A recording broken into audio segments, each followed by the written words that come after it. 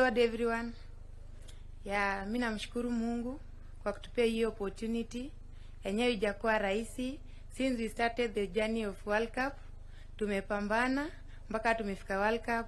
So venye tunaenda kwa hivyo Dominican, we are going to give our best. We are going to work more harder so that we can come with the trophy in our country.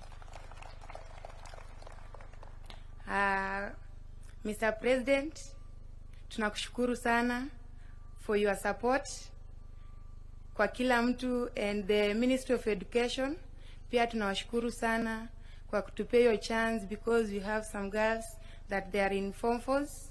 Umetupea hiyo chance tuende to represent country yetu. After ku represent our country, they can come and do their exams. Mr. President, ningependa kuahidi ya kwamba tukienda huko hivyo, we are going to give our very very best than before.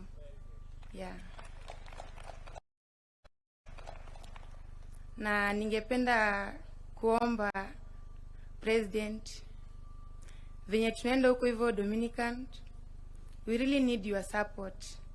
You have been giving us that support, but bado tunahitaji hiyo support.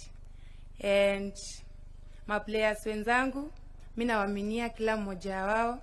I know we are going to put more effort so that we can make our country very proud. We know we are very happy. Juu ijakuwa rahisi, since I was born sijai kutana na president, but this is the first time. Alafu ningependa kuomba Mr. President, venye tuende kwa hivyo Spain, kwa hiyo trip yenye umetupea, at least tuende tufanye huko tukicamp. Tunakushukuru sana. At least tunaenda kuinteract na hao wazungu. Alafu tukienda Dominican, sawa najua si ni weusi na hao ni weupe, lakini si hatutambui kitu yoyote kama hiyo. Tunaenda kufight na without forgetting God. Tunamweka Mungu mbele, and we know with God everything is possible. Na tulikuwa tunaomba Mr. President, tulikuwa tunaomba tu muendelee kutupea support, because we are the first Kenya women's kupeleka Kenya World Cup, and we are very very proud, because ndio wale watu wa kwanza ku make a very big history kwa hii Kenya. And for that, thank you.